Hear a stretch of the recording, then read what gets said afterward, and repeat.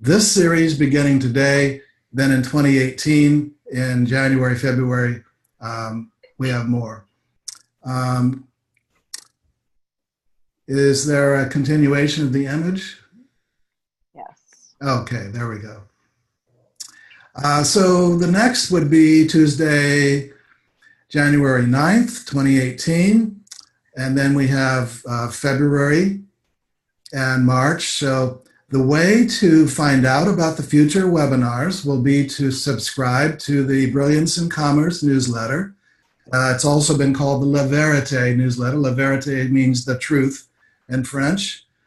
And that is going to be where you will see all the announcements about upcoming webinars. So please access that at houseoffreedomtrust.com with dashes in between each of the words, House of Freedom Trust with dashes between each word.com. Click on more and then newsletter sign up. Or we can be reached by telephone at 360-200. Yeah, I got to call in. They said they can hear. So there's something wrong.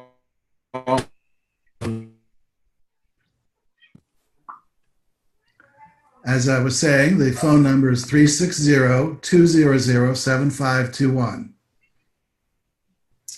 So this will be repeated later in the webinar, but I just wanted to give everyone up front, those who are attending early, these are the contact points to be in touch with us. And next.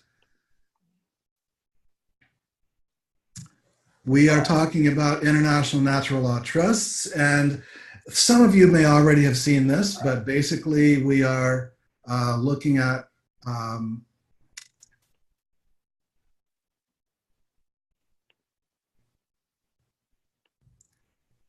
how the cultural creatives, the change makers, the conscious wealth managers and contributors to the golden age are quietly transacting sacred commerce through an advanced asset protection instrument, previously a best kept secret of the super rich. For those who don't have visuals and are listening by audio, I am sharing this, what's on the screen. Peaceful people can benefit from operating one or more of these trusts, which concentrate the best of best asset protection secrets, so that we have these secrets have been shared by the elite, the super rich, down through the ages, and we've condensed that into the fewest words and simplified the language so as to minimize the legalese and maximize common politeness and understandability. These trusts can be operated in most countries, anywhere in the world. Trust clients may become either trustees or creators, beneficiaries, and managers. These international, pure natural law, sovereign, irrevocable trusts have no income tax filing requirements. They are infinitely flexible and can be adapted to any ethical, lawful, and noble purpose. They have a 100% success rate, meaning they have never been penetrated or invalidated in over 3 decades of use. Probably longer than that. We say 3 decades because we know from our own experience that it's been that long. And this has been the trust of choice for those preparing for the global currency reset as the best vehicle for holding wealth and for preparing one's estate for generations to come. Heirs can be endowed with successorship seamlessly, with no time delay, no probate, and no death taxes. Thousands of fortunate clients are quietly happy with these trusts.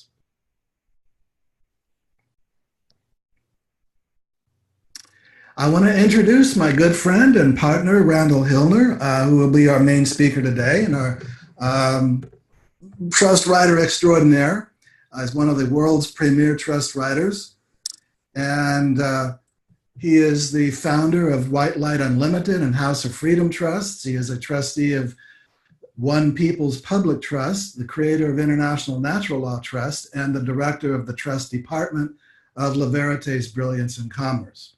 Mr. Hillner graduated from the junior college in Haverhill, Massachusetts, in 1965. And from 66 to 71, he served in the U.S. Navy. on nuclear submarines, Dolphin qualified and was a weapons control computer technician. In 1979, he graduated from Goddard College, Vermont, with a BA in education. Over the years in his studies of trusts, he found that the best trusts in the world are the kind that the elite and the super rich have used. So being they have been kept quiet and are not taught in law schools or universities. For this creme de la creme of trust knowledge, private mentors proved to be far superior to institutionalized education. Thus, in the 1980s, he apprenticed with Mr. Val Bentley, who had 30 plus years experience in trust law in Sacramento and the San Francisco Bay Area. Likewise, he studied trust law with luminaries like Austin Scott, George Bogerts, and many others. Over the years, he has gradually written trusts for more and more prestigious clients throughout the world and has continued to gain and disseminate state-of-the-art knowledge, staying on the forefront of the perfection of the craft. So it's my very good pleasure and honor to introduce to you Randall Hillner. Hey, Randall, go ahead. Well, thank you very much for that introduction, and aloha from the island of Kauai in Hawaii. It's a pleasure for me to be here and be able to be speaking. We're going to cover many topics over the next hour or 20 minutes, whatever it is, then we'll take questions at the end. So we can start anytime you like. Tanzan, you had said that you wanted to post the certain things that I had written to you yesterday. Are you ready to do that, or should I just take it off the list that I have for myself? I can. Yeah, go ahead, Carrie. You can go ahead and post those Okay. those slides, and he can go through them.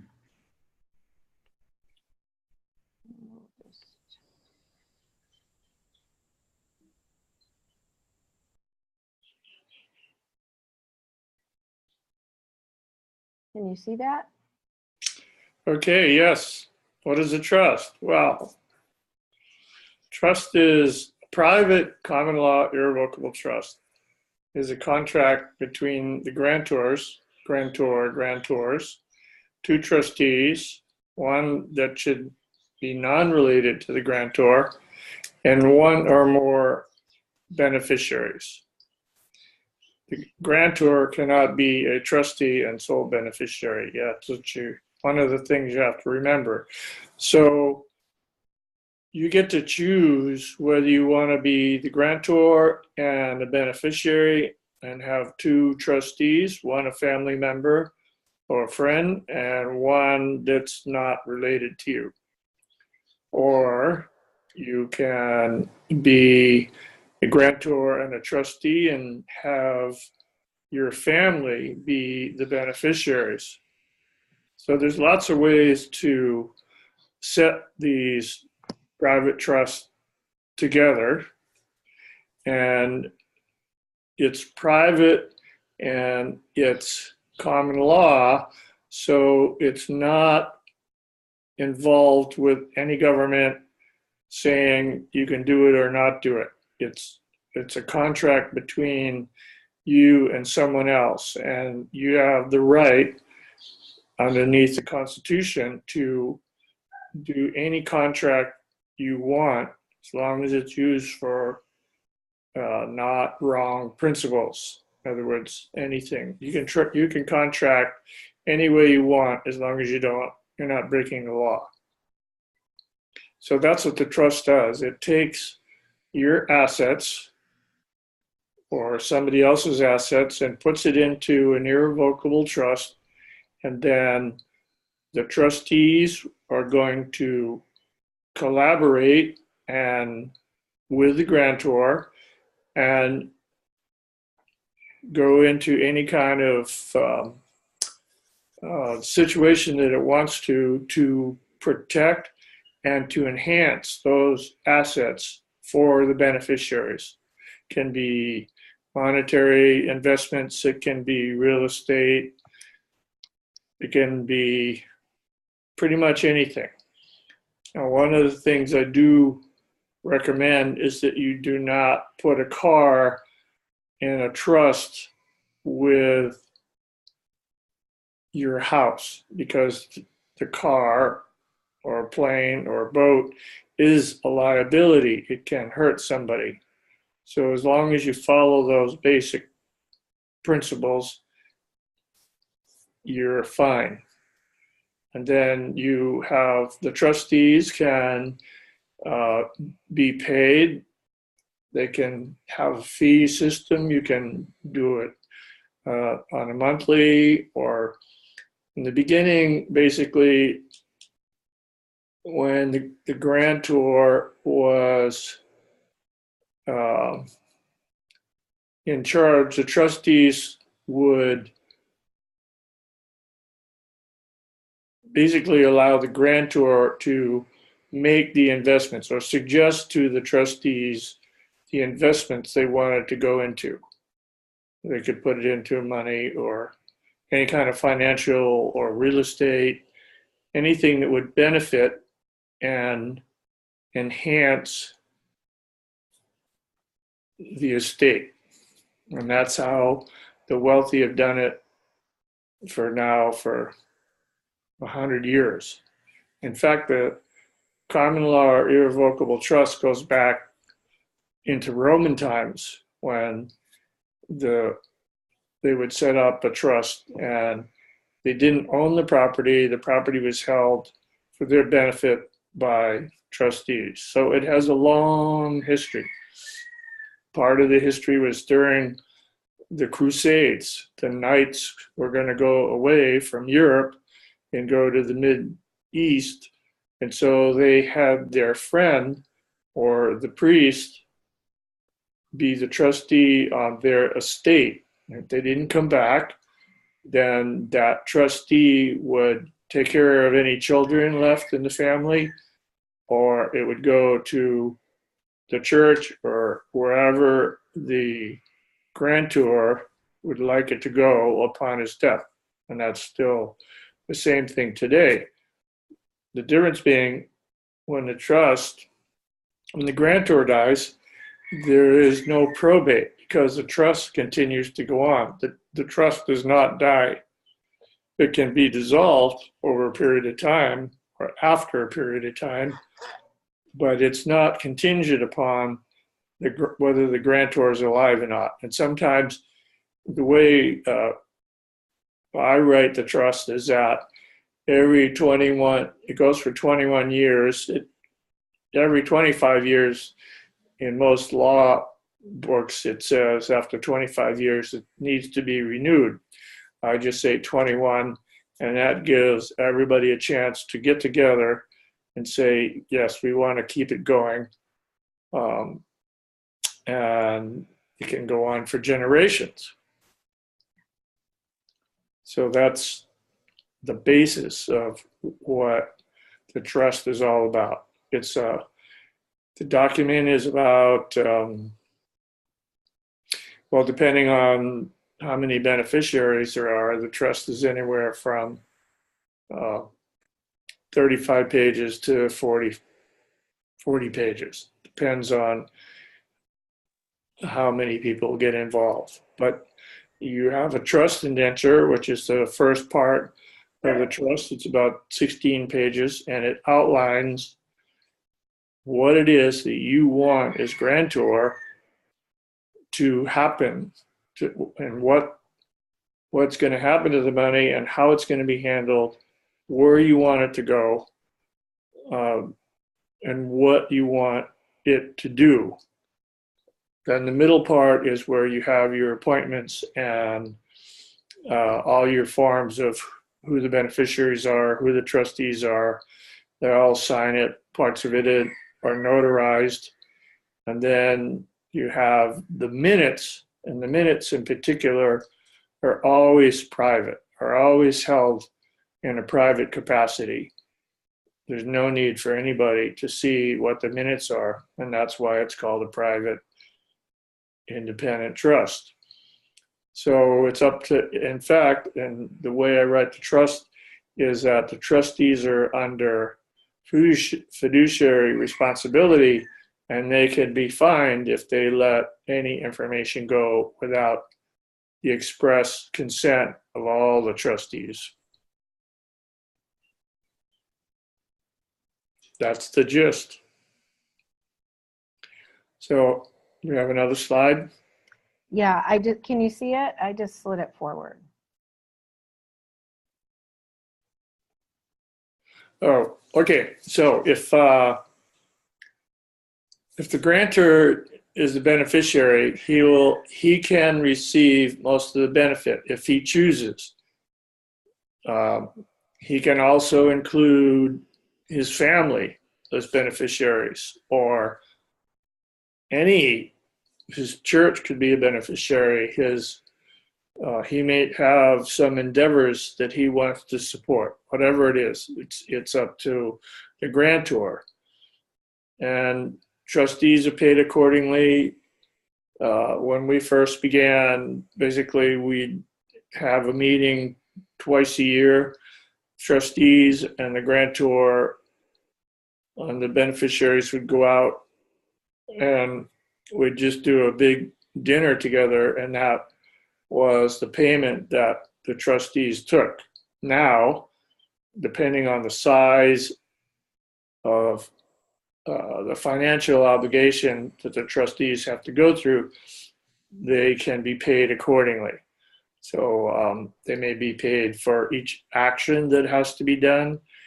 If they have to go to the county and record turning over the property from the grantor to the trust, that has to be done, has to be recorded. If it's not recorded with the county, then it really doesn't belong to the trust. So that's a particularly poignant point. So that has to be done, so it can be paid for that, and then how active they are in participating in the actions of the trust. Now, the grantor can also have a nominee settler, and that person can be a trustee, one of the trustees. So if he is a trustee, then the second trustee has to be non-related to him or the beneficiary. Those are two important factors. That's next slide.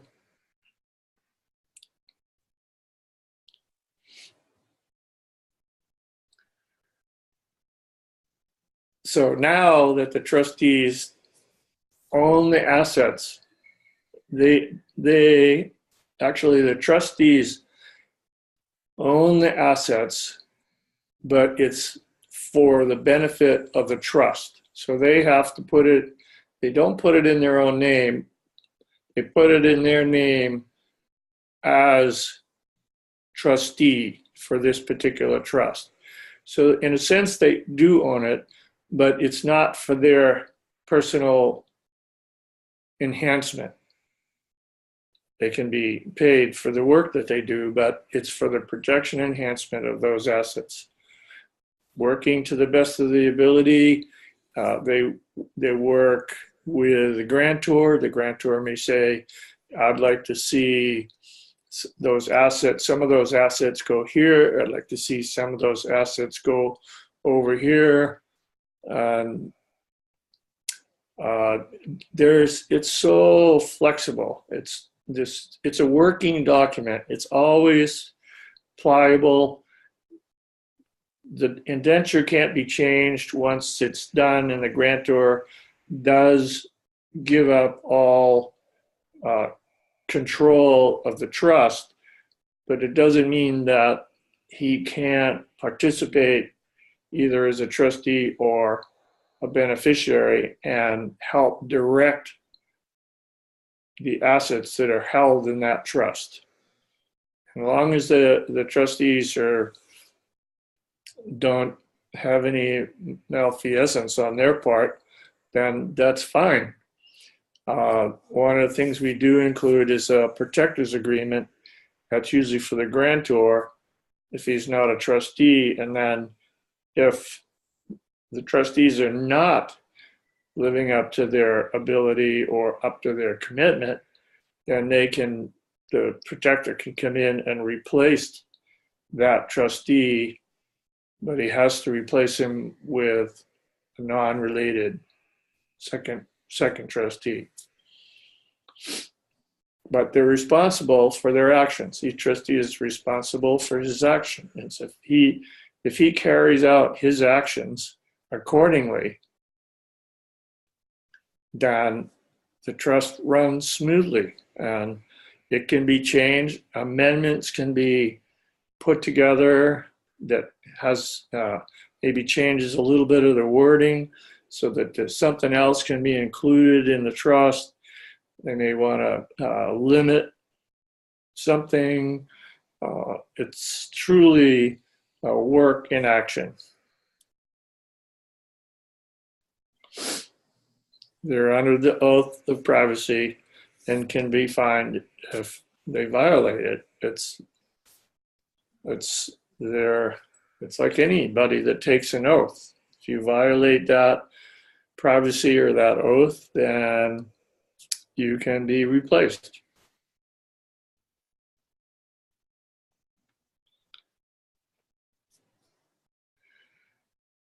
Now, it is important that the trustees be trained. In other words, you can have your friend and you can have one of your family members be trustees, but they must be able to know how to make sure that those assets are held in private situations so that it's protected. Now, the reason you have a second trustee that's not related is it's an adverse trustee can say no to anyone. All the trustees have to say no to anyone outside of the trust. It's nobody's business except the trustees and the grantor. And then any claim against the trust must be under court subpoena. And that's why the trustees must be strong enough to say no to anybody outside the trust unless there is a valid action against the trust. And it's got to be backed by a subpoena from a court.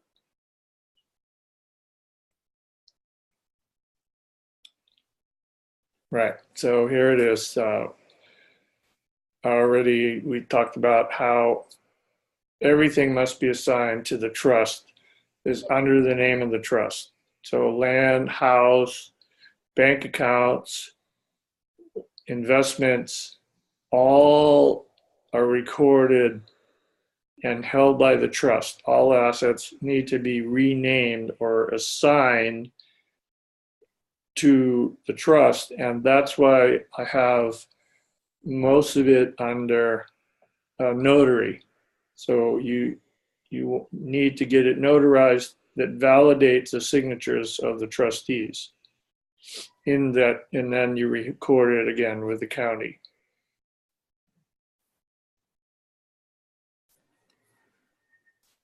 Liability of the assets is limited when it's done correctly, because it doesn't belong to anybody. And as long as it's not a liability like a car or a plane, then that's what you want. That can be very safe.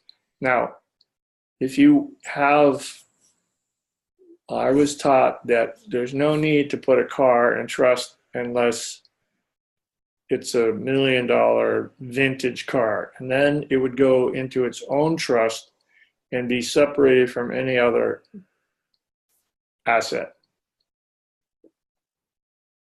If you do that if you have a really vehicle that you want to have, or you lease a car, have the trust lease a car, because then the liability is on the leasing company and not on you. Same with any equipment that you're going to use to do any high-risk adventures. Or if you want to separate all the different trusts, then that's fine. Create a separate trust for each thing that would be a liability. Cars, trucks, planes. So we just talked about that. But like the coming RV, once that happens, you may want to, or however, there's a number of situations are going to come down. Some people are going to get an 800 number. Some people are in groups that are going to go and meet the bankers. But once you meet the bankers or whoever's taking care of the reevaluation, they're going to want to have you have a trust rather than have it personally. Because if you have a lot of foreign currency and it does change to US dollars, you don't want that in your name, because then it's going to be known. And so people are going to come knocking on the door for any number of things. And it would be liable to taxes if it's not in a trust.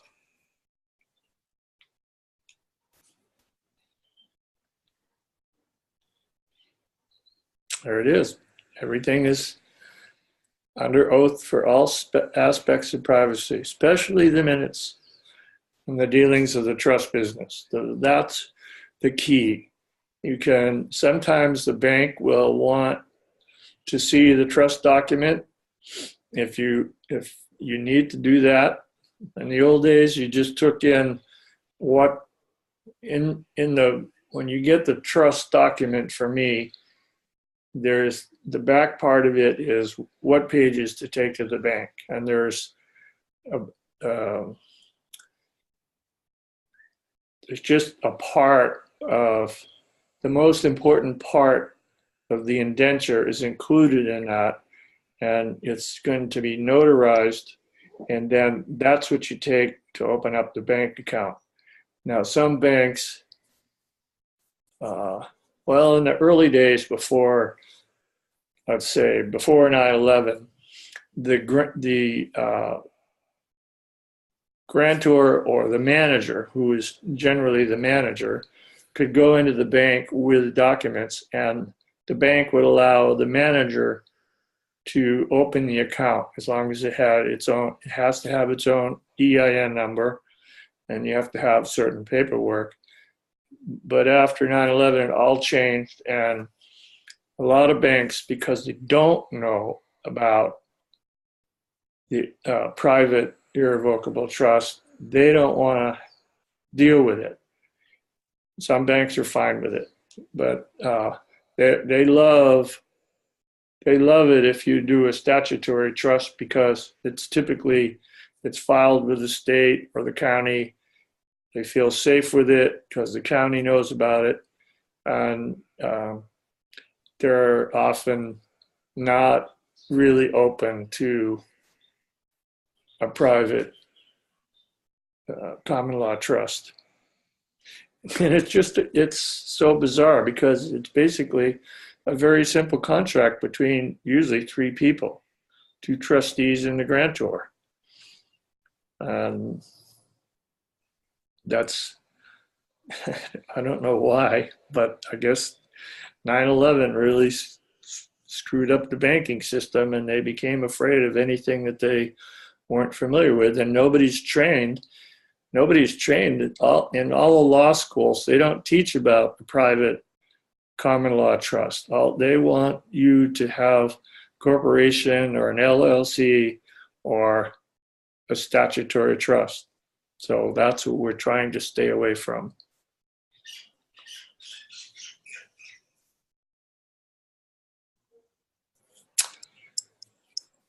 Discretion of distribution. Trust, they can hold or distribute either capital or income, or not income, but gains with their investments.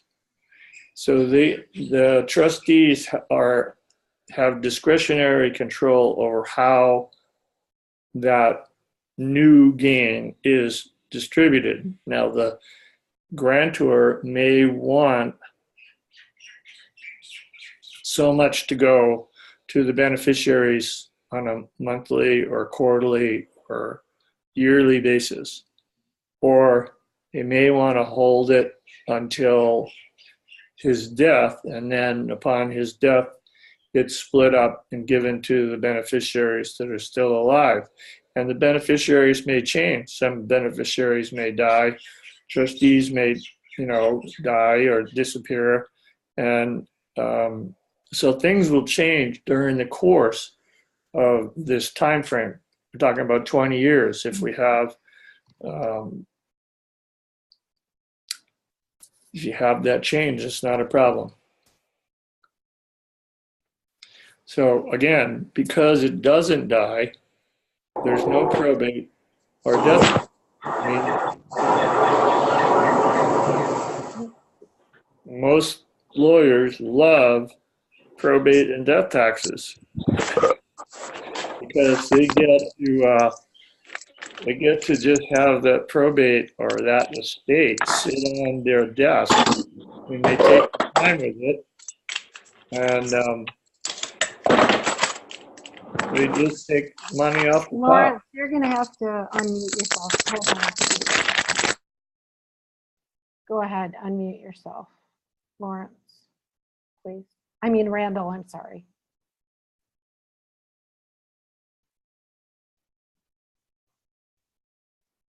And Never mind. Go ahead. I'm sorry we interrupted you for a second there. Go ahead. no problem. They like that. So done correctly, the trust continues until all parties agree to its dissolution. And it can go on because the parties can say, well, we'd like to just extend this and build the assets. The only reason that some of the trusts that are 200 years old finally dissolved because there were so many beneficiaries that they couldn't keep track of it all. So they said, okay, we're dissolving this trust now, and all the beneficiaries are going to get whatever's left, depending on how much it was initially decided that they would get. And then it's over. And then each person can go and create their own trust with what they get from the beneficial interest. It avoids or reduces taxes. Splitting new capital trust can reduce or have no tax. So it just depends on how you want to work it, but it's not required to file. In fact, a lot of trusts will just take whatever new increase comes, and then it goes to the beneficiaries, and so there's no tax at all on the trust. And if there is a tax, the beneficiaries take care of it. So the trust is basically free from that taxation process. Now you can also, I've worked with 2 or 3 different trusts along the way, and I have one that does file a tax return, 1041, but all of the profit that was in that trust has gone on to something else. So there isn't any, so it's a zero tax liability on that trust, even though it files a return. Okay, I guess we're opening for questions. Does anybody not understand some aspect that they want to ask about? I'm going to say there's a spot, if you guys who are on video, you guys are on your computer or your phone, who didn't call in, if you click on participants at the bottom of your screen, you'll see a little window open, and at the bottom you'll see something that says raise hand. So you can click on raise hand and I can select you to ask a question if you'd like to ask. Sarah M. has a question. Sarah, go ahead. Hi. I hope that I heard well. I was taking care of my husband at the same time, so forgive me if I'm asking a question that was already should be made clear. So am I correct that the trustee cannot be a beneficiary? No, the trustee can be one of the beneficiaries. He just can't be the sole beneficiary. Okay. You can't be like I had one client that wanted to be, he was going to get a nominee grantor, and then he was going to be the sole trustee and the sole beneficiary, and that doesn't work. There's no separation between the asset and basically the trustee who put the initial funding into the trust. Got it. Do that. So you have to have a second trustee, and it's best also if you can just have a sole beneficiary, but you can't be a sole trustee. You have to have another. So you have to have a trustee that can say no, and that's typically someone who is non-related to the grantor or the other trustee. Somebody's got to be able to say no. Okay. So, oh dear, whoever is that, can somebody mute that? Is there someone in your background that's doing that, or is that someone else? But I don't really know. looks like Stu has he's unmuted there. But anyway, back to my question. So a trust can be a beneficiary, is that correct? Another trust?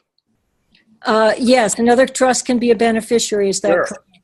Okay, and any changes that you make that, let's say, the trustee makes, it doesn't have to be reported to anyone. These are all private, and Sure.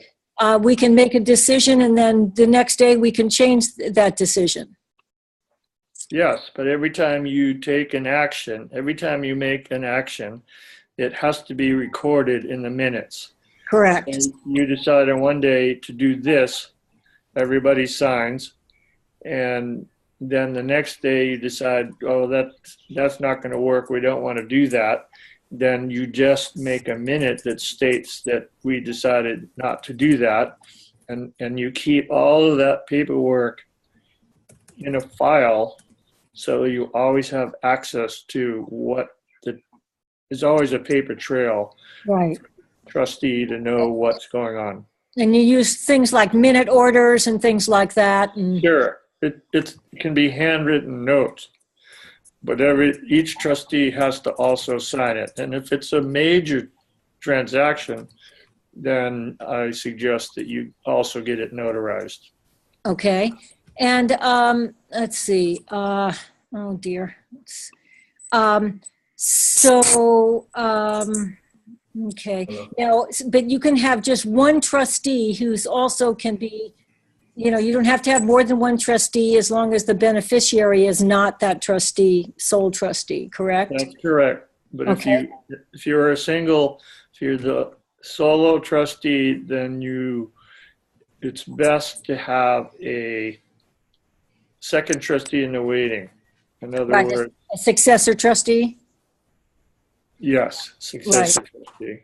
Great. Okay. And is the grantor the person who I've studied this quite a bit, and so we use different terms. Is the grantor the person who had the assets and deposited the assets into the into the trust, or is the grantor the creator? The grantor and the creator is the same. It's just two different words for the same person. Okay, so the grantor is the creator, okay? Settler, grantor, and creators, they're one person. That can be, he can be the sole beneficiary with two other trustees, or he can have multiple beneficiaries as well. Right. But the creator should not be the trustee or a beneficiary, correct? Not singly, no. Okay. You can't be the creator and the trustee and the beneficiary. There's no separation. Okay. Got it. Okay. Let's see. What was the other thing?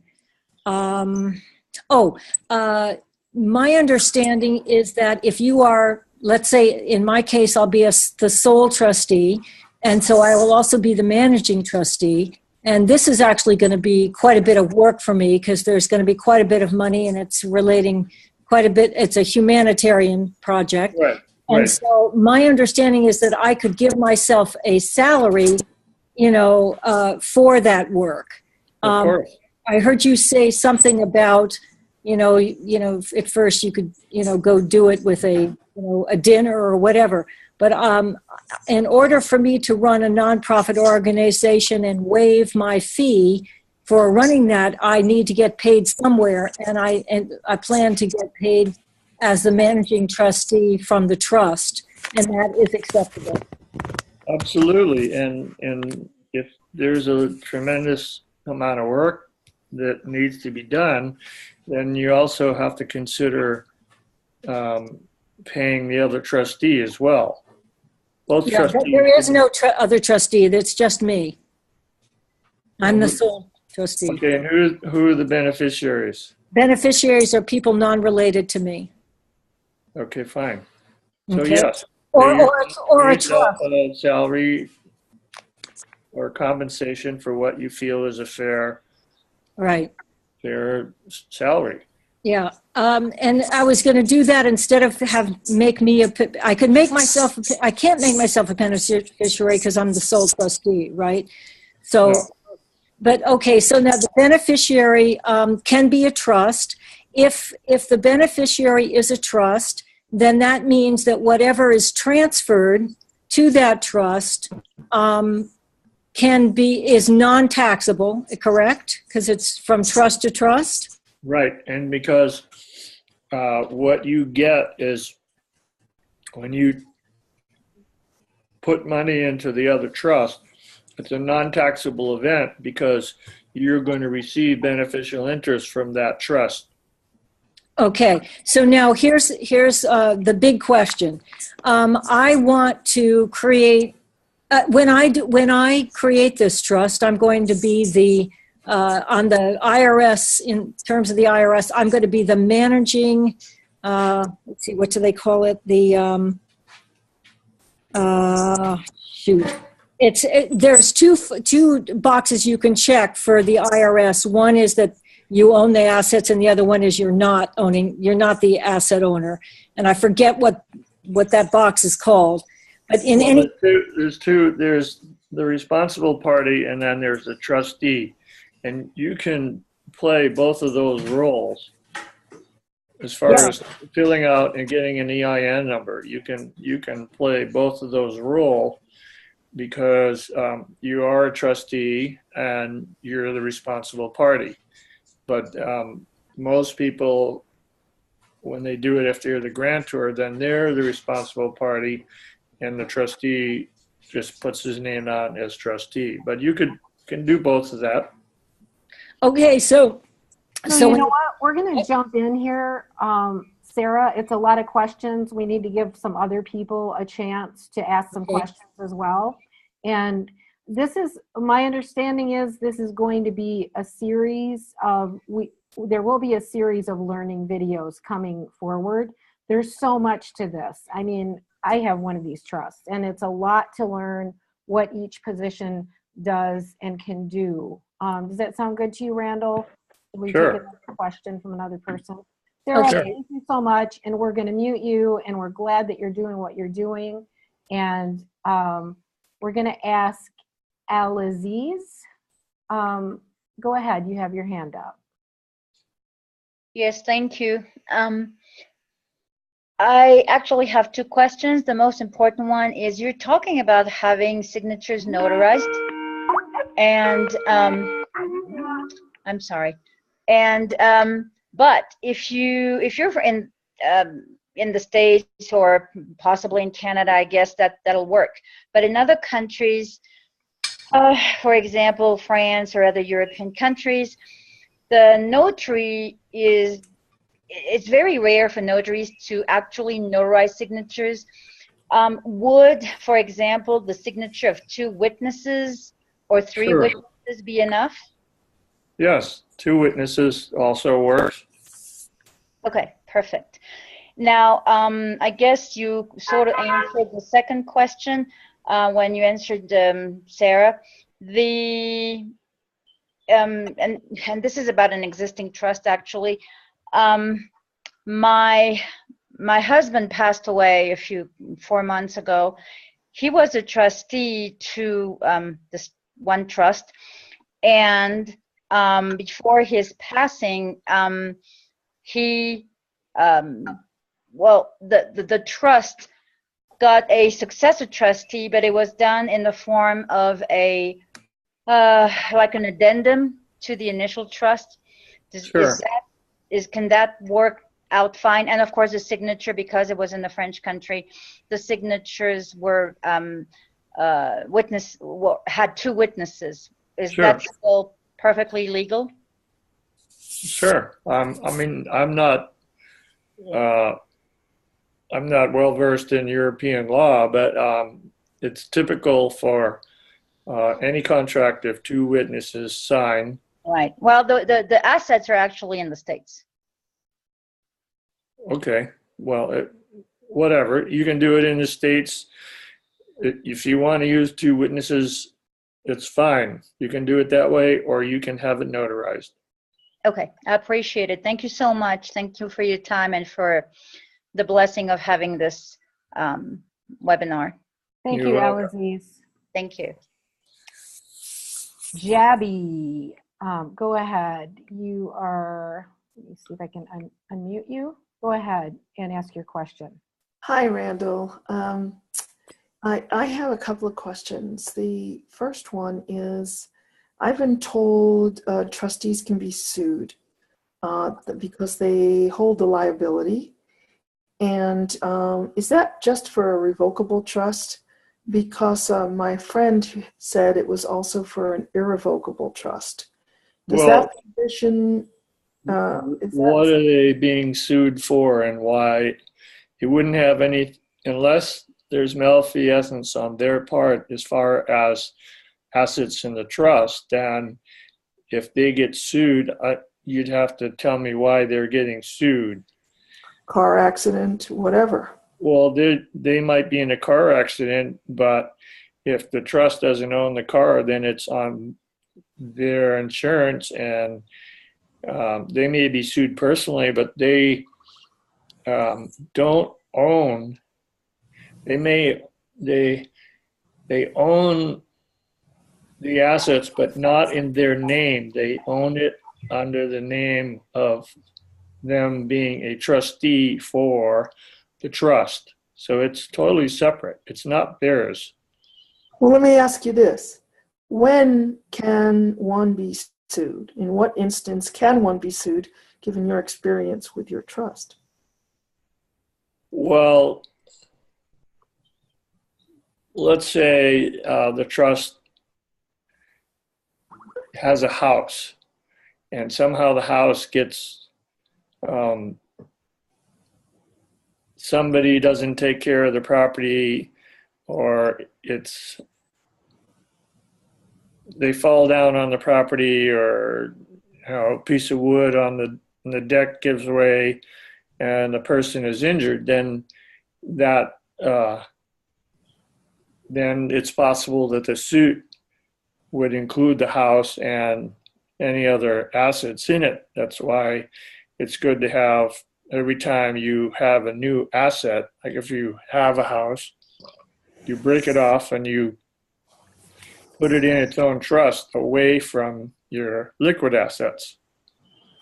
Is it better to have an LLC under a trust and put the house in an LLC? Is it just a Yeah, you can. I often talk to people about forming an LLC for certain aspects, and then the person can be, it can be 1 or 2% or 3% or 50%, and the trust would be the rest of the percentage for the LLC.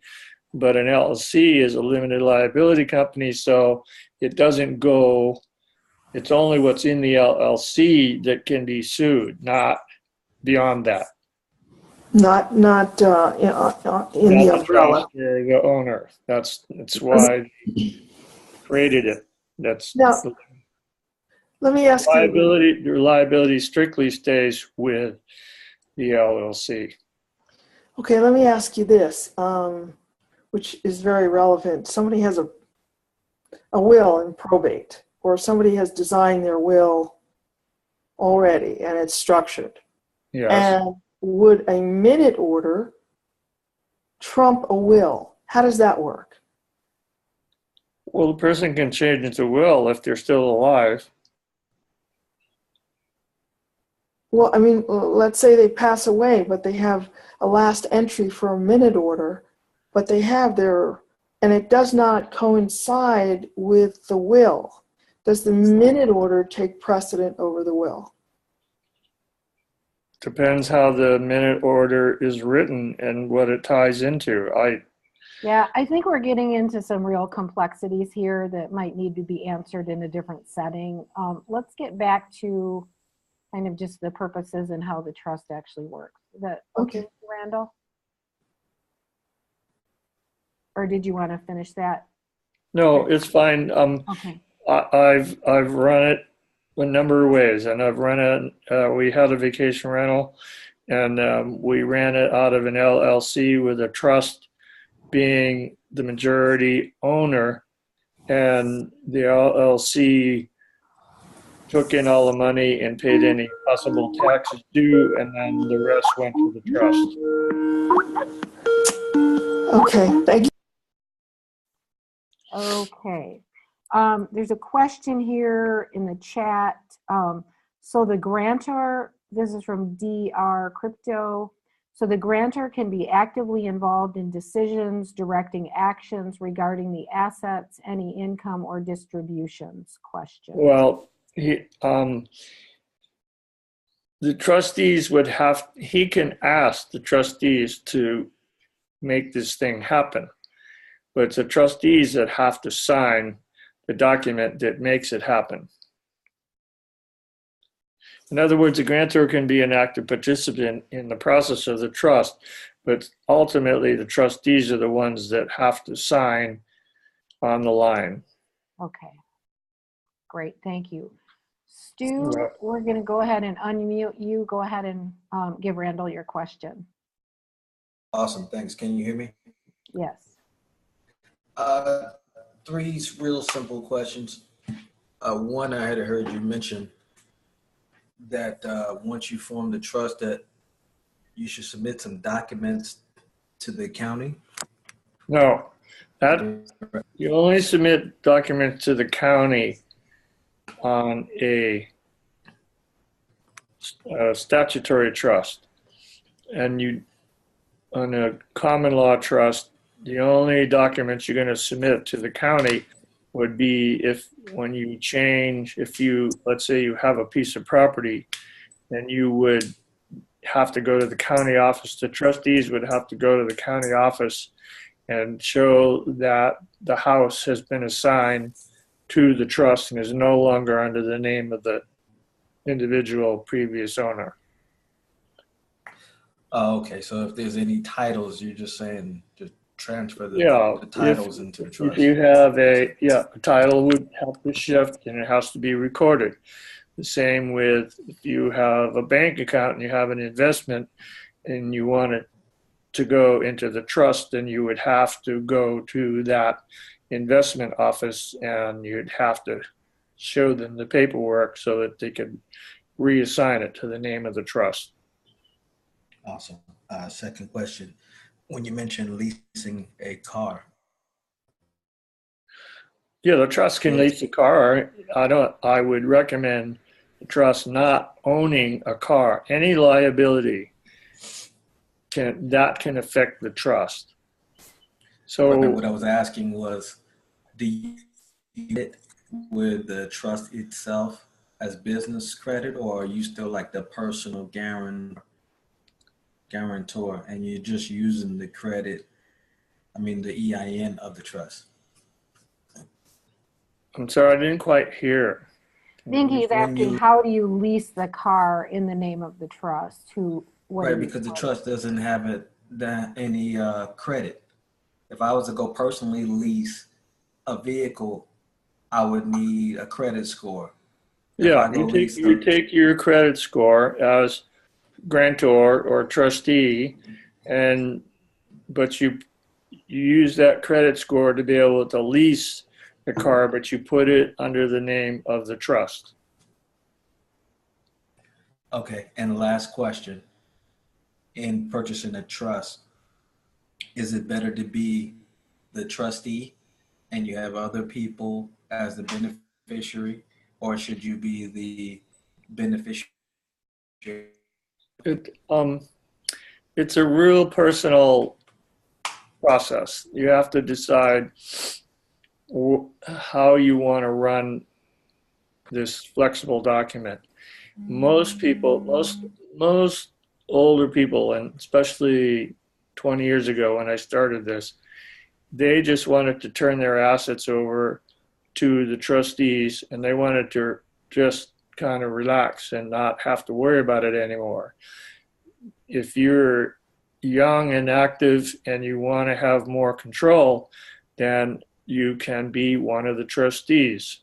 You can have a nominee, a friend be the grantor, and you can put money into the trust or assets into the trust, and then you could be one of the beneficiaries as long as you have an independent second trustee and possibly another beneficiary. Gotcha. Thank you, Randall. Thank you, Stu. Okay, X Machines, go ahead with your question. Yes, my question is quite simple. For someone who's just starting on this material, would you recommend a certain reading or book? Yes, there's one of the first things I would do is you can email me. I don't know whether you have the email or whether Tanzan's going to post it at the end, but and then I have a simple, it's probably 15-page trust manual that gives you the general gist of it. And then there's also a really good series called Passing the Buck. And it's quite complex though, and it takes, you got to just dedicate yourself to do it. And you also have The Law of Trust by George Bogart, and then I have a 6-volume set of trust law that the courts use to look up and make sure that the trust works on that particular element. So there's a lot of reading, but the first thing to do is start off with a trust manual, and it gives you an overview. And then you can email me questions after that. I don't know whether we're going to give out my email just yet, but we'll talk to Tom about Hi, that. this is Thompson. Thank you. I was just going to say that your email would be given to clients. So as soon as you have a trust, you would have Randall's email address, and you would have telephone and email communication.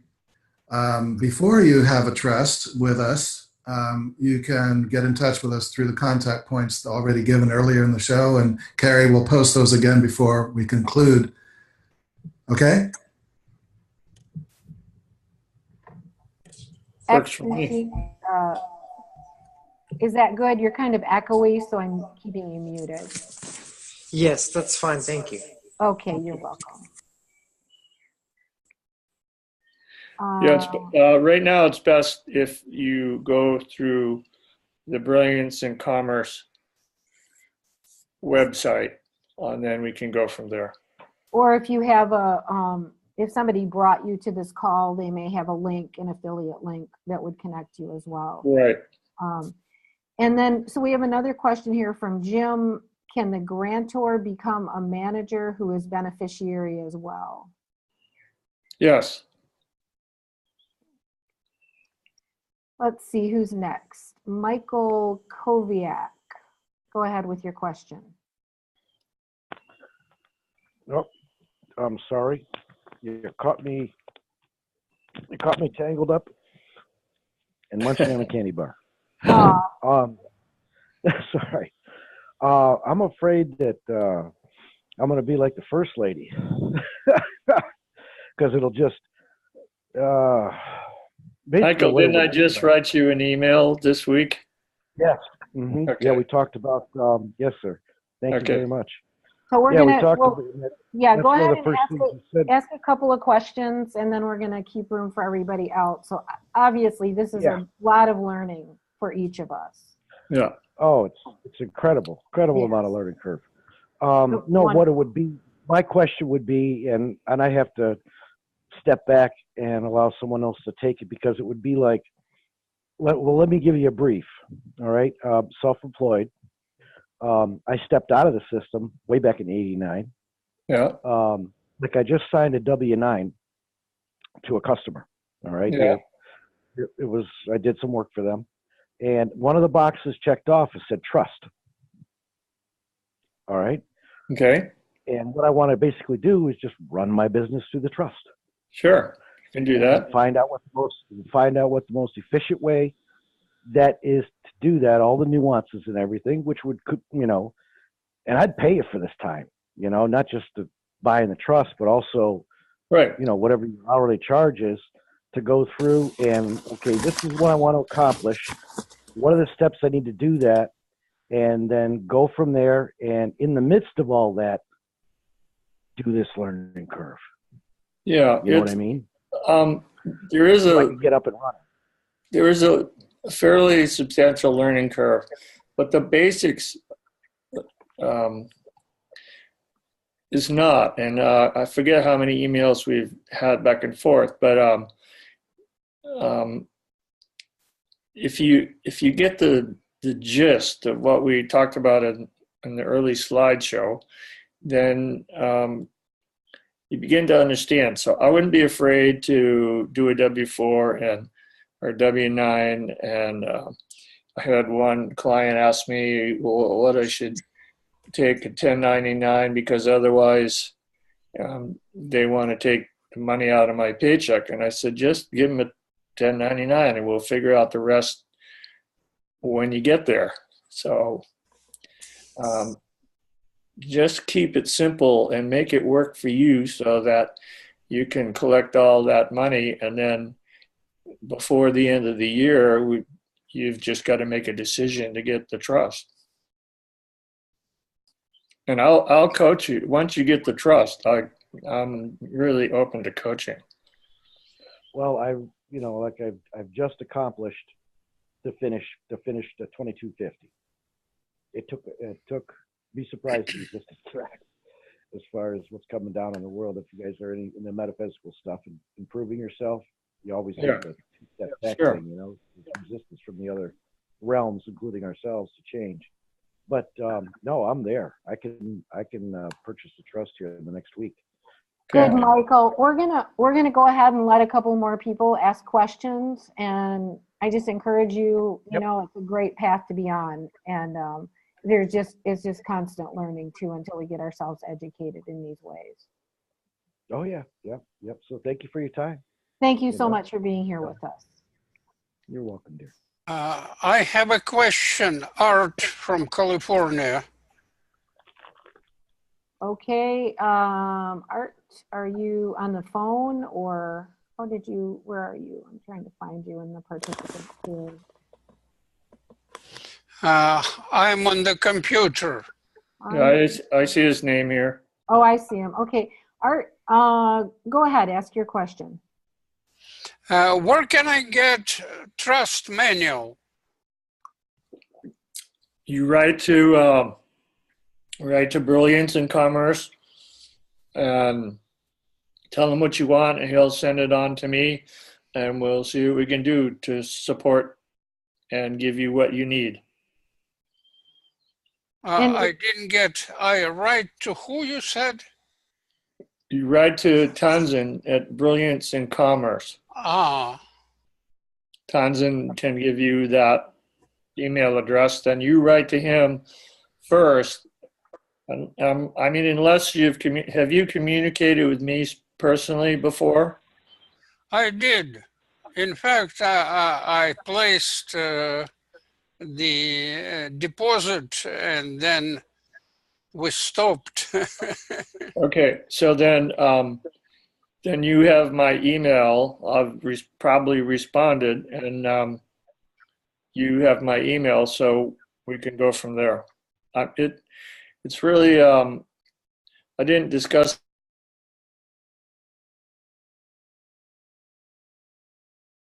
Randall, you just got muted. I'm sorry. Hold on a second. We need to unmute you.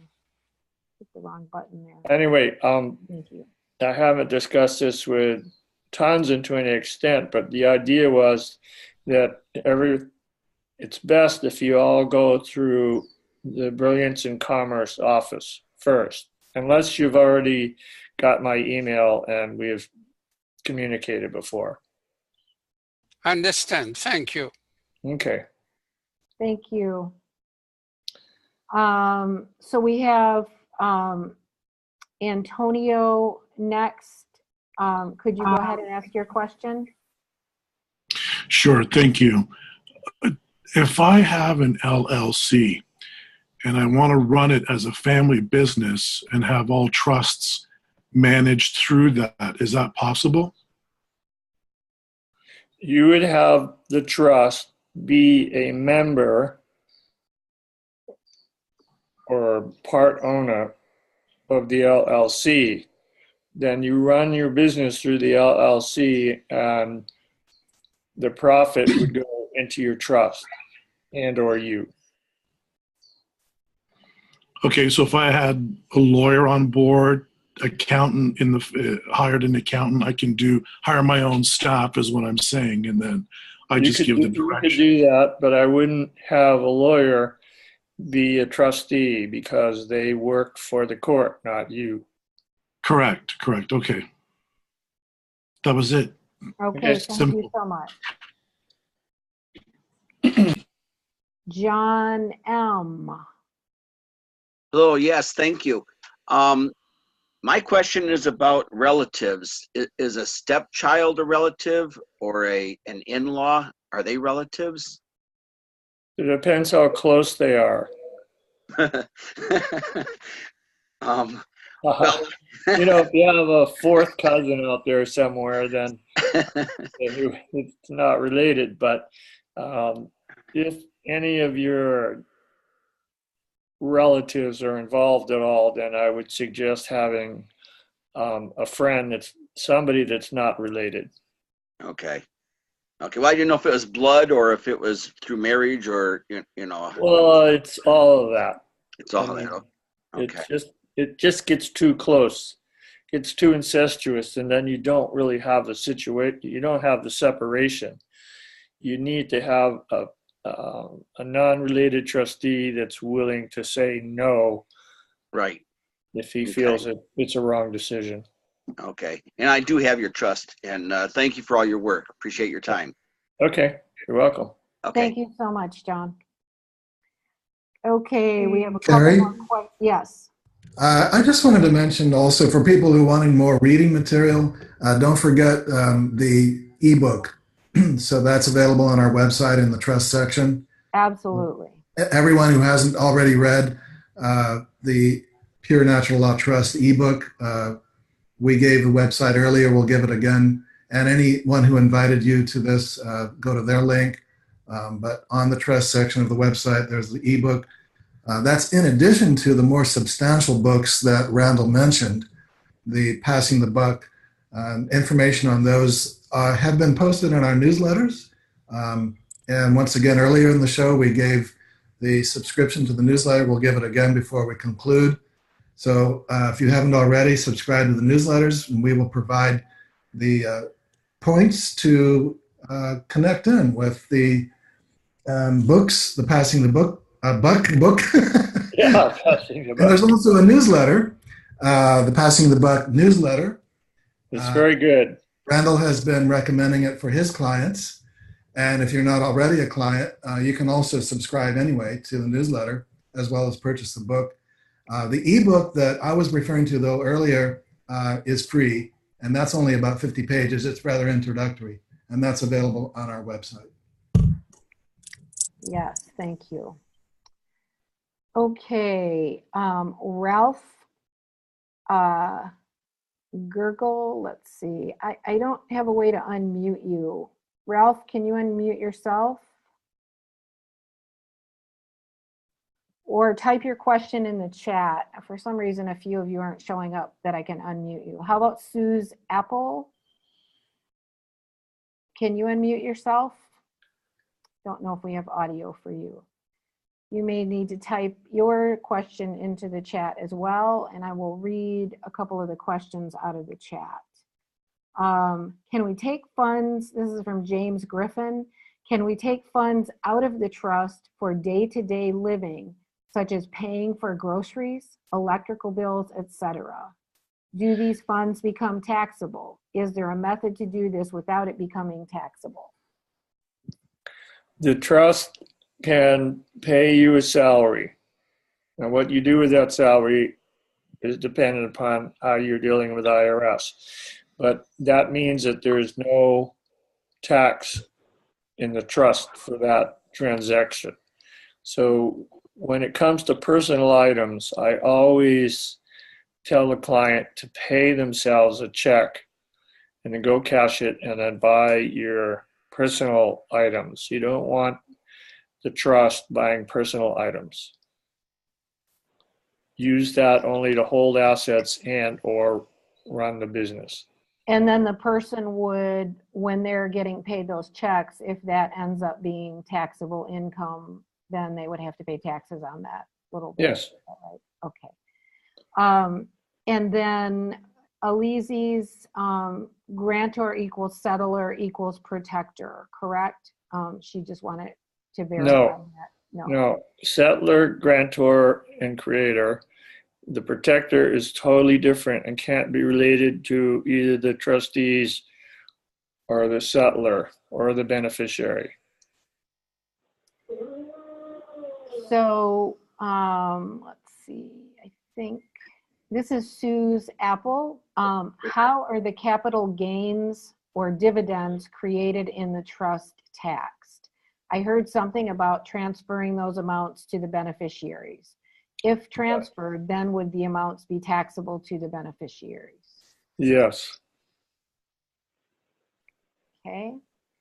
And Ralph, were you able, the chat is down at the bottom of your screen. Were you able to type your question in there? And I think Pat Palmer, you were unmuted. Were you wanting to ask a question? Yes. Okay, go ahead. Just a simple overview thing. This is an irrevocable trust, and yet you're giving examples of all kinds of flexibility, do's and undo's and changes and all that. So simply, what part of this whole process is irrevocable, and then everything else is changeable? So what is the irrevocable part? The irrevocable part is the fact that you can't just go in and take all the assets out and put them back in your pocket. Simple as that. You're using the trust to, either participate in a business or an investment. You can pay yourself a salary, but you can't just go in and take money out of the trust and use it for your own personal expenses unless you take it as a beneficial interest. It's irrevocable in the sense that, say you have $100,000 and you put it into the trust, you can't just go take it out again. And you use the trust. I'm sorry? As a trustee. No, you can't. Even as a trustee, you can't just take that 100,000 and put it in your own pocket. The idea of the trustee is to enhance and grow that asset and make it stronger, and then you can pay part of it out as beneficial interest, but you can't just take it back. That's the irrevocable. Okay. You can't. Irrevocable means you can't change your mind to not do the trust anymore. Right. Okay. Now, Well, now, on the other hand, at the end of 25 years, if you and the trustees and the beneficiaries all decide you don't want to do it that way anymore, then you can distribute all of the assets in the trust to the beneficiaries on a pro rata basis, however much beneficial interest they have. Randall, I thought it might be of benefit to them and to everybody else if you explain why we choose to make the trust irrevocable and what the problem and the pitfall of making a revocable trust is, and what the benefit to the client is for making it irrevocable. That's Sure. a great suggestion. The revocable trust means that the grantor has control over the whole thing and can end it at any time he wants.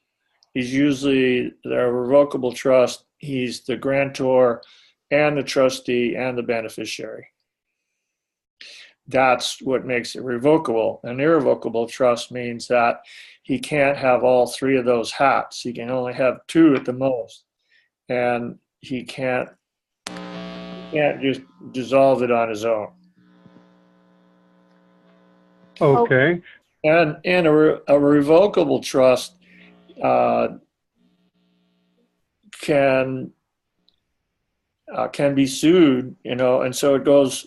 Not only they can sue the trust, but they can sue the grantor as well because he has control over it. Right. Right. Now, so in an irrevocable trust, the beneficiaries is a changeable aspect. A trustee can change the beneficiaries. They have the control over that. Well, they wouldn't just change the beneficiaries. That's mostly up to the grantor. The grantor, So that's an irrevocable aspect then, huh? Yes, and the grantor can put as many people down. Like let's say he has a son for now, and then his son gets married and has children. Then the grantor can have the trustees make up a minute that would say, on the event of my passing and the passing of my son, that the children get to be the beneficiaries. Basically, it's writing a list of who you want to be future beneficiaries.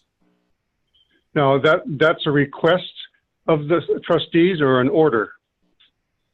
It's basically an order. If the grantor says, this is a list of the future beneficiaries that I want to see happen, then the trustees carry out that desire for the grantor. So that's is that the only order that a grantor has over the trustees, or can the grantor make all kinds of orders? Well, it's not making an order, it's making a request. And typically the trustees, their job is to make sure that the grantor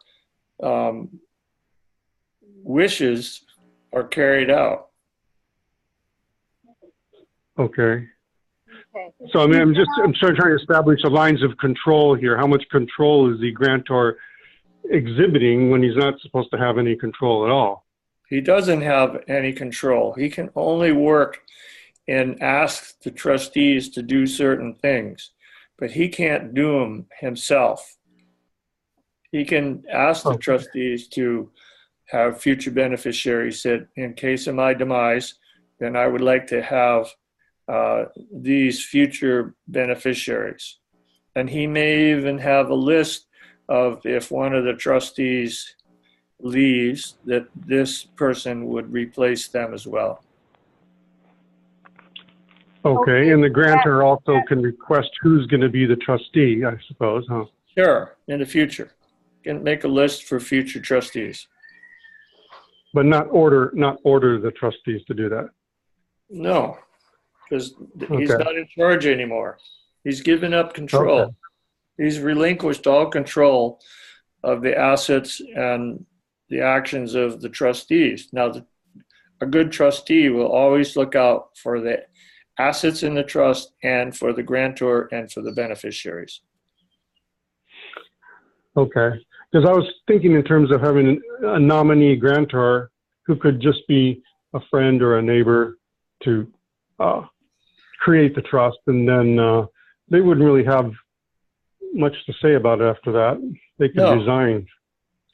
They don't have. There's no resignation. He just signs one of the documents as he gives up all control over the trust to the trustees. So basically, even if you're the settler, you no longer, and you are a beneficiary, the settler doesn't do anything anymore unless he becomes a manager. Then you as manager can do certain things. You can help manage the trust, but you as settler, you don't. It's not yours anymore. You've finished. You put the asset in, and it's gone. It's in the trust. Okay, thank you. That answers my questions. Thank you, Pat.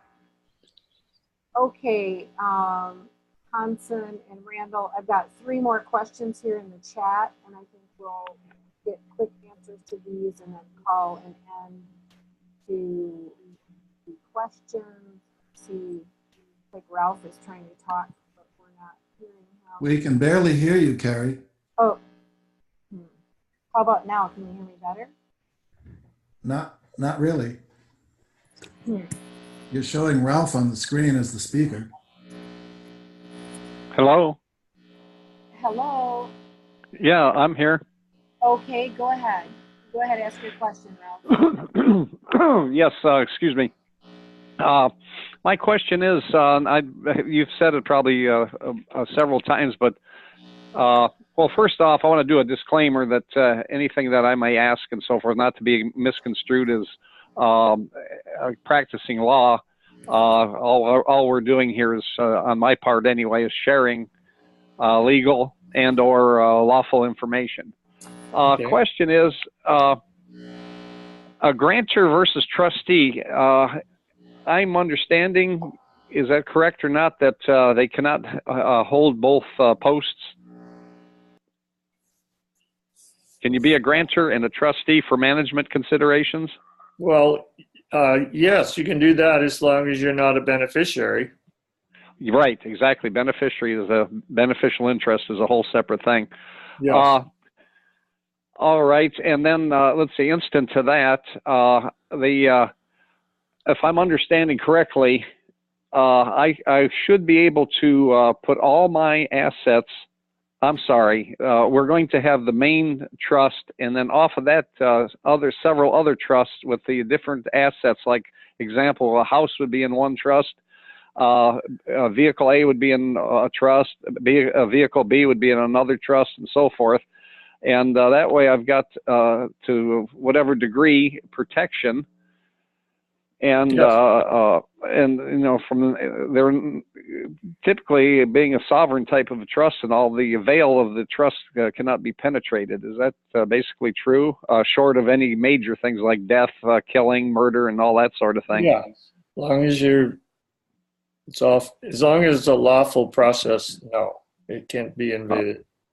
Okay, and instant to that, I'm wondering if there's wisdom to putting a declaration, verified declaration of trust into the, not filed, but recorded into the county record. I think would that be a good idea? No. Just so that there's public notice that such a trust exists? No, you don't need it. This is a private Don't need contract. it. This is a private contract between you and the trustees.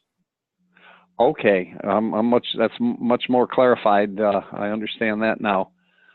How about the trust should be able to, true or false, be able to get its own bank account? Yes. It should be able to hold any credit cards and that sort of thing. Yes. Okay, that's good. And because what I'm looking for in my particular case here, and I don't want to get going here ad nauseum, but I just want to protect what I have for my 2 children, and they will be, I'll be the grantor and trustee for guidance, and then it's my demise, then everything reverts over to them in the respective posts and so forth, and the assets are protected and perpetuated onto their guidance and so forth. Is that basically a true assumption on my part? Yes, but again, I would suggest you have a successor trustee or you have a second trustee already working with you. Already working, I see. Okay, because what I was saying upon my demise, that the post they can't be, the grantor is already granted the trust, but the trusteeship would pass on to the successor, so Right. named. Right. Yes. And if it goes on for any length of time, you're going to have different trustees along the way. I see. Now, then that clarifies things in my mind. Now, effectively, what you're doing is I could purchase from you a corpus, a trust corpus, right? That has all the covenants and so forth. Yes. Because I just discovered you folks here. I just happened to trip on you this evening and all, and it's all overwhelming to me, going through your website and everything. But that's what we're looking at. Then that should give me all the guidance that I would need to carry out and administer and manage the trust then at large, huh? It'll certainly get you started. And so I would make sure that I went on to the Brilliance in Commerce website and download whatever's available on the trust. Tanzan just alluded to the 2 different manuals there, and then the newsletter, Passing the Buck, and the books there. And I have, if you really want to get into it, I can give you all a list of law books, but I don't think you need to go that far. No, probably not. But I guess the whole thing can be managed through monthly meetings or whatever they're deemed to be periodically, and then covered by the minutes and so forth for any further administration, right?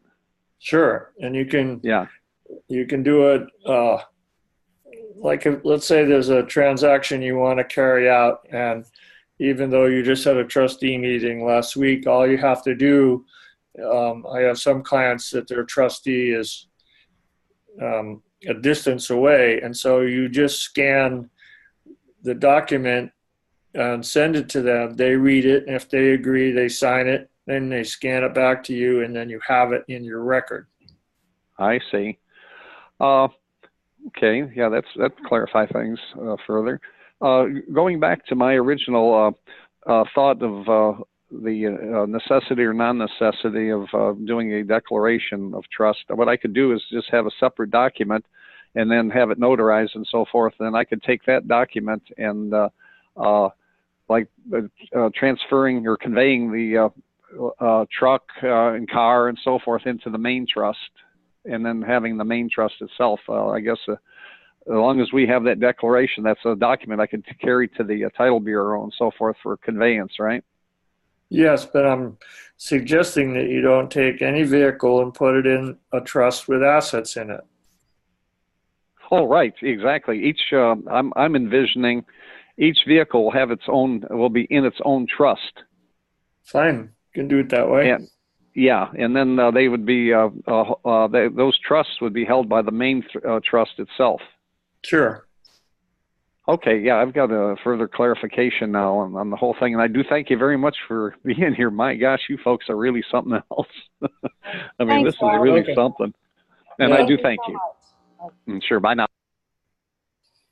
Okay, so I have 3 more questions here. Thompson, I know we've gone about an hour and 40 minutes. I'll ask these 3 questions quickly and then move on to Cliff. Carrie, your voice has faded into infinity.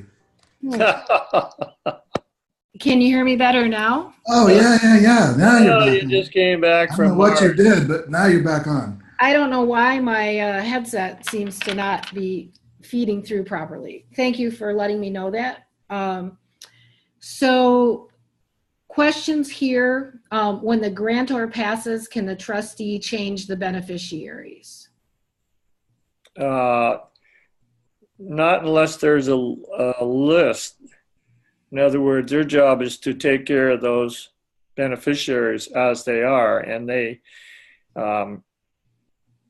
unless the grantor has left a list of future beneficiaries, no, they can't until the beneficiaries and the trustees desire or agree to dissolve the trust. Okay, is the grantor the only one who can choose future beneficiaries? Yes. Okay. Another question. Can you briefly talk about how to open a bank account under the trust and what is needed? Typically, you've already said there's the one page. Some banks will allow you to take, there's a section at the back that says what pages to take to the bank. And there's four documents, and those all have to be notarized. And then you take that to the bank and say, you gotta take a trustee with you. They won't just open it with you if you're a manager. The trustee has to sign on the line. And if both your trustees are in the same town, then I would take them both.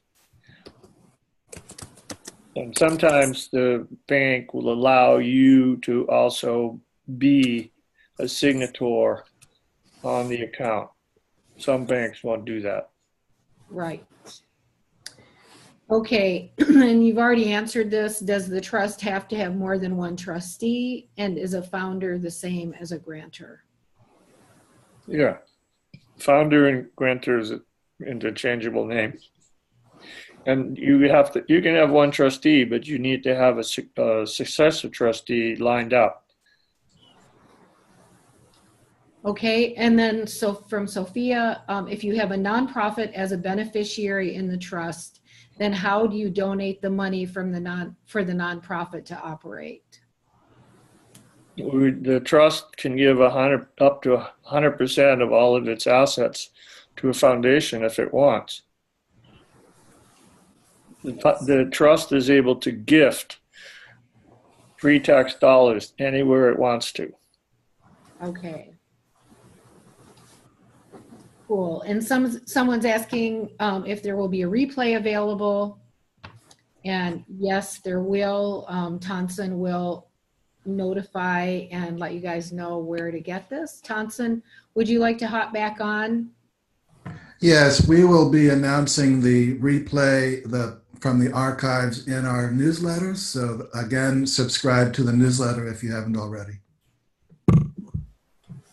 Okay, and shall I switch over to screen sharing and you can talk through these details of where to, Tonson? Yes, if you want to put up the slide that, next. There we go. So that's the series. We have the trust webinar series. December 5th is today. Then we have January 9th, February 6th, and March 6th, 4 p.m. Pacific time. And the details for how to connect with the webinars will be announced in the newsletters. And so you would click on the link of the person who invited you. or go generally to houseoffreedomtrust.com, and there are the trustee book. But on the next slide, I think we have the subscription details. houseoffreedomtrust.com with dashes between each of the words. Click on more and then newsletter sign up.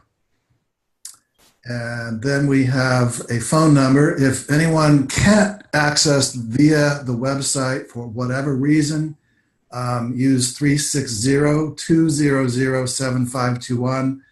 Generally, it will go into a message and then we'll get back to you. Preferably, of course, the online would be appreciated to reduce the manpower needed. But it is available as a backup if you need it, the phone number. So the point is, Tonson, if they sign up for the newsletter, then they'll be getting the updates from you on where the video is available of this, the recording of this show that we just did, the audio or video, and how they can get other questions answered, correct? Absolutely. So the playbacks were planned to be made available because many people couldn't make it at this time today. And many people would like to listen while they're driving in the car to the audio. So yes, we will announce the links for the playbacks via the newsletter as well as the future webinars. Yeah, so the website is house-of-freedom-trust.com. House-of-freedom-trust.com with a dash in between each word. And the phone number here is 360-200-7521 as a second choice. And newsletter sign up at the website will keep you updated on where to get the replay and further instructions on attending more training. Yes. Okay.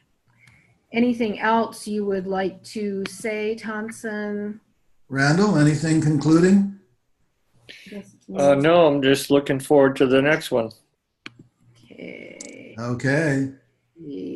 Anybody's video on? I guess I'm here by myself, but we can just go back to House of Freedom Trust, and we're so glad to have you all here. Thank you so much for joining us. It's been a really great conversation, and we want to thank Randall for taking the time to share all this education and details with us as we transit some really great, amazing times on planet Earth, and we educate ourselves as how to be more intelligent at how we run our lives, our economics, and how to move forward more strongly into the future.